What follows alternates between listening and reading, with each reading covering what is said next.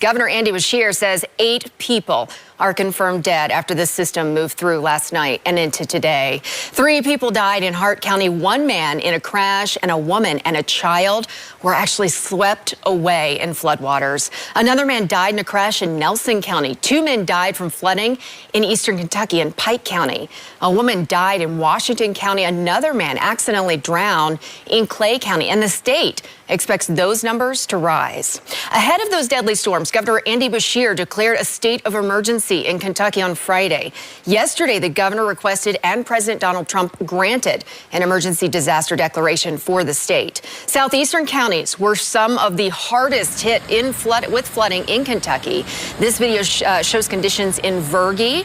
That's near the Kentucky-Virginia border. You can see flooding there covered the entire road, actually preventing some travel for people. A little north of that, in Pikeville, eastern Kentucky, drone video shows more intense flooding with buildings in portions of that town underwater. Governor Beshear addressed the destruction this afternoon. Pike County's gotten hit really, really, really hard. Talked to Ray Jones, their county judge executive, yesterday. We got a lot of resources there and helping, but they're also doing a great job with their local emergency management. Hundreds of rescues have occurred in Pike County alone. They didn't get the worst of 2022. It appears that they're getting the worst of this 2025 flooding.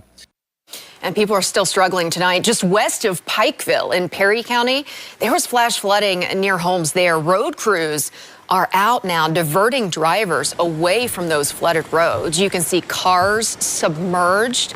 Some people were seen trying to move to higher ground as the water came up.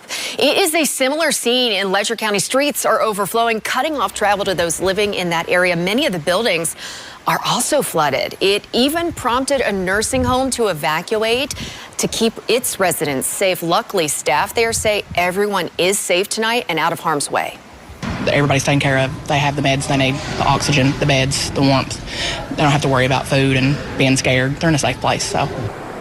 In Hopkinsville, just north of Clarksville, Tennessee, emergency rescue crews have been responding to drivers stuck in high waters throughout the day. As you can see from pictures, the floodwaters are almost up to the windows of most vehicles in that city. And in Washington County, rescue crews were using rafts to help stranded drivers due to the flooding. Officials say 3 adults and 1 child were found stranded near Campground and Bloomfield Roads in Springfield. Luckily, emergency responders were able to get all 4 of them back to land safely.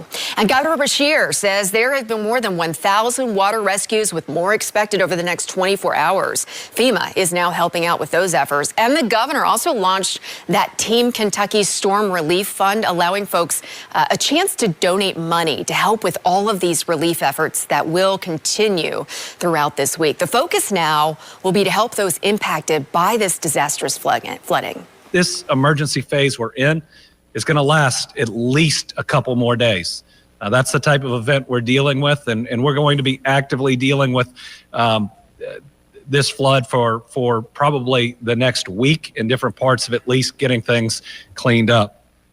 And right now, there are 19 active state swiftwater teams operating in eastern Kentucky, and 146 soldiers and guardsmen from the Kentucky National Guard responding to emergencies across the Commonwealth. With breaking news into Fox Weather, a heartbreaking update. Fox Weather has confirmed that these storms have turned deadly in Kentucky. Officials say a Clay County man, a 73-year-old man, was found dead in Horse Creek area. That's Clay County, after apparently being knocked off his feet by rushing waters. Officials say the victim had gotten out of his stalled car on a highway. So these are the hazards that we always talk about.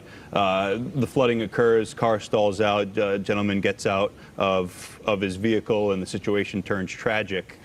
That can happen with flash flooding, and those hazards aren't over with tonight. So again, heartbreaking update tonight that these storms have turned deadly in Kentucky. We've got Phil Heisel. He's the warning coordination meteorologist from the National Weather Service office in Blacksburg, Virginia. He's on the phone with us now. What can you tell us about the concern moving into the overnight? Yeah, exactly. We have extended the flash flood emergency for Mercer and Summers County in southeast West Virginia now until 8 a.m. We're getting ground truth from emergency management in Mercer County. The swiftwater rescues are still ongoing, even though the rain has ended a couple of hours ago. The runoff just continues to swell creeks and streams and take them out of their banks. We also have heard reports of some evacuations and homes and structures being inundated by water. Our concerns are twofold. As you mentioned, the darkness and people unable to see the water over the road. And two, temperatures have been in the 30s in this region, and the temperatures of the waters are very cold. If anybody has to go into the water, we're very concerned about the potential for hypothermia. Yeah, and we saw that in the text issued in that emergency from your office earlier, and that really jumped out to a lot of us here at Fox Weather. One, obviously the rarity with a flash flood emergency, but to have one that includes the word hypothermia especially speaks to the rarity of an event like this. Yeah, well said. I cannot recall a time where we've had that wording in our flash flood emergencies or any flash flood warnings. Yeah. Yeah, and it also spoke to me about how the update that you had issued prior to some of these, and mentioning the lag time that it takes for some of the rain sometimes to make its way out of the higher terrain, the mountains, the hillsides, into the valleys, and that can be an indicator. It can catch people off guard that water can still come up well beyond the rain wrapping up. But the rain wrapped up for a period of time. And now you have all of this approaching from the west. We're watching to see how well that line of storms maintains itself tonight. You get a couple warnings up in your area. It's Mercer and Summers and also Tazewell, if I'm not mistaken. And now you have all this rain moving into those areas. How much concern into the overnight for additional catastrophic flooding? I would think the flash flood guidance is about 0 in some of these places. Exactly. Yeah, our concern for Sunday morning when we expect this decaying line to move through is, as you said, it's already incredibly saturated. The ground cannot absorb any more moisture. So although the amount of precipitation is not expected to be that much, considering the fast movement of this decaying line, we're still expecting about a half an inch to fall, and that will likely lead to some additional flash flooding for Sunday morning across southwest Virginia and southeast West Virginia for those areas that unfortunately have been hit so hard by the flooding rains today. Yeah, and you had mentioned, we had talked about the cold, the temperature of the water, obviously. This storm moves on through. You're waiting. It's going to be one of those weird days temperature-wise tomorrow on opposite sides of the front where your temperatures actually are going in reverse to the opposite side of the day. But by Sunday night into Monday, you've got some of these places dropping down, into the upper teens, low 20s. Any concern for this high water to go into a freeze with some of the colder temperatures closer to President's Day? Yeah, that's a great point. There's two things we're concerned about after this line moves through. One, as you mentioned, the lingering moisture could refreeze on roads, creating slick surfaces. But another concern we have is the winds are really going to pick up behind this front that comes through Sunday morning. For some of our mountain counties, we expect wind gusts 40 to 50 miles an hour. Considering the significant ice storm we had last week and how saturated the grounds are, additional power outages, unfortunately, are likely, and this area has already endured tens of thousands of power outages from the ice storm last week. Hey, Phil, just one more question before we let you go. I know that this has got to be a busy night tonight, but I'm thinking back to some of the events that we've had in recent history in the area, not necessarily some of the same counties that you have this go-around, but generally speaking, not too far away, like Buchanan County. We had an event in 2022. We had an event in 2023, terrible flooding, awfully close by. In 2023, though, this was July. Can you speak to this amount of moisture with a storm in the middle part of February? That, to me, is an odd aspect of this. Yeah, that's a great point. There's some key differences between those two events. As you mentioned, one was a summertime event that was, while incredibly catastrophic, was fairly localized to Buchanan County and some surrounding areas, whereas this event was widespread. And while the amount of rain may have been slightly less, the fact that the ground just could not absorb any of that rain because it was covered with snow and ice and already saturated, that's what made this especially bad, is just the lack of the ability of the moisture to take in the rain. Yeah, this has been an awful day. You said it, how widespread this has been across the region. We're not quite done with it yet. So you just heard some of the additional and lingering hazards beyond that. Phil, great context for us. That's Phil Heisel, the WCM with the National Weather Service office out of Blacksburg. Thanks very much for the time tonight on Fox Weather. This has just been a wild weekend for weather. There's the flooding aspect of everything that we saw a little bit further north, kind of in the midsection of this storm system, as that has been a big headline grabber and, for obvious reasons. And of course, when it comes to flooding, that's been where we have seen the fatalities take place over the last couple of days. Certainly, we had one fatality, I believe, of an older gentleman, unfortunately, in Kentucky. And I think, Michael, we had another confirmation of a younger fatality as well, which you hate to hear. Oh my goodness, it was two people that were inside a vehicle and a juvenile body was actually recovered. And unfortunately, the coroner did pronounce that 7-year-old juvenile as deceased, unfortunately. So again, this is a story that is continuing to develop. And please keep in mind that the flooding concern is not over, right? Port Royal, Tennessee, picking up nearly 8.5 inches of rain. Clarksville, Tennessee, picking up about 7 3/4 of an inch of rain. And all of that rainwater still needs to flow into the creeks, rivers, and streams. And unfortunately, Adam, what happens is you start to see rivers dramatically rise even in the days after the rain stops. Yeah, this can sometimes take 48, 72 hours. That's not unheard of to see a river crest 2 to 3 days in some cases after you've seen a really big rainfall event. But the idea is that, you get the flash flooding right here, right? And that's where the immediate concerns are and were. And then eventually all of that flood water and all that flooding has to eventually make its way down to the Gulf. And so we could see rivers, streams, and creeks along the Gulf Coast from this specific event go up in the coming days. And I know that kind of trips some people out, and they say, well, how is it possible that the event has been over for a couple of days and streams and creeks are still going up? It's all that runoff, right? And it takes a while for everything to work its way through the water table. So that's something that we're going to have to continue to monitor here as we go through. Governor Andy Beshear has just declared a state of emergency ahead of the heavy rain and subsequent flooding we're expecting over the weekend. Some 2 to 5 inches of rain over the next day. Flood watch now for the entire state of Kentucky, meaning we could potentially see flooding in any corner, in any part, and in any community of our state. We know our National Guardsmen and swift boat rescue crews are headed to various areas around the state in preparation. And remember, no amount of water is safe to travel on. 6 inches can cause tires to lose traction and a car to stall. A foot of water will sweep it away. Last night, I got a call from Secretary Noem. And she offered to help, and we've already seen that help today. And the president signed off on our request as quickly as we have ever seen a president sign off on our request. So thank you to President Trump for his assistance. Now, federal resources are available for impacted areas, helping us to better respond and support affected Kentuckians. Where we are right now is in the emergency response phase. This is the search and rescue phase. And I am very proud of all the Kentuckians that are out there responding, putting their lives on the line to help others.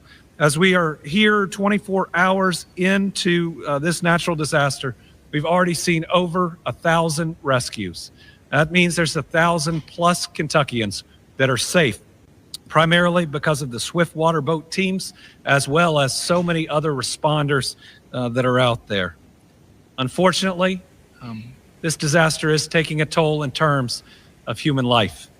Even with the incredible response that we've seen, we can confirm that we've lost at least 8 Kentuckians due to this weather event. They include an adult male in Hart County that was related to a motor vehicle accident, an adult male in Pike County that is floodwater related, an adult female in Hart County, also floodwater related, and with her a child in Hart County, also floodwater related. Another adult male in Pike County, an adult female in Washington County, an adult male in Clay County. Those were all floodwater related. and then another fatality related to a motor vehicle accident in Nelson County. We believe this number is going to grow. We hope it doesn't grow quickly or grow much larger, but one way that you can help us out to ensure we have as few fatalities as possible is don't get on the roadways. Now, give time for the water to go down. So many of these fatalities were due to attempts to drive through water and through moving water. So folks, stay off the roads right now and stay alive. We need your help. Today, we just got another 1/2 to 1 inch of precipitation, depending on where in the state you were. This was on top of all of the original projections. That was a mix of rain and snow. We may see some additional light and scattered snow across the Commonwealth today. There's another small system moving towards us, but shouldn't be as significant as what we have already seen or like yesterday. More concerning are wind gusts of 30 to 40 miles an hour, especially for central and eastern Kentucky. Think about how wet the ground is. These gusts mean that we could have trees come down and limbs come down, and we're seeing that in our power numbers. We expect isolated tree damage, uproots, and power outages because of the wind. And it's going to get even more complicated. I'll talk at the end about how Tuesday night into Wednesday night, we're going to have another round of snow that is going to dump at least an inch and maybe up to 6 to 8 inches on parts of Kentucky. That will cause significant disruption and closures, especially depending on where we are in dealing with this flood at that point. This emergency phase we're in is going to last at least a couple more days. That's the type of event we're dealing with, and we're going to be actively dealing with this flood for probably the next week in different parts of at least getting things cleaned up. When we look at our operational teams, local swiftwater teams were pre-positioned throughout the state. They started rescues immediately, and they are continuing it. We now have a USART team that is here in the EOC with us, and it has been a great addition. 19 active state swiftwater teams are currently in operation. Many of them are in eastern Kentucky, but they've made rescues in multiple counties. They have worked throughout the night. They are exhausted, but they continue to go out and make rescue after rescue after rescue. We also have federal USAR teams from Indiana, Ohio, and Tennessee that are either operating or they're on their way. So thank you to those jurisdictions for lending a hand in our time of need. Power outages right now, 39,315. That's as of this second. That's actually gone down a little bit. We were over 40,000 earlier in the day. We are seeing our water outages go up. That's normal. And with this riverbank flooding, that's going to create a lot of pressure on these systems. It's going to cause a lot of pipe and line bursts. So we're going to have some significant water damage, just like we did in 22 and the flood in 21. Right now, 9,800 service connections are without water across Kentucky. 26,000 service connections are under a boil water advisory. 2 wastewater systems are not operational. One of those is still underwater, and we're going to have to wait until that recedes to get that back up and going. 21 wastewater systems are under limited operation. 9 wastewater plants are experiencing bypasses. 6 systems are experiencing discharge from portions of their collection systems. So if you look at that, you look at the number of people we've already lost and the damage, this is one of the most serious weather events we've dealt with in at least a decade. We've certainly had our share, and this is another significant one. We want to make sure that we remind people of when to call 911. Winter weather blanketed the tri-state on Sunday, but just a few hours from where I'm standing in East Kentucky, it was deadly floods that hit the area. So rescue teams from Ohio and northern Kentucky are answering the call for help.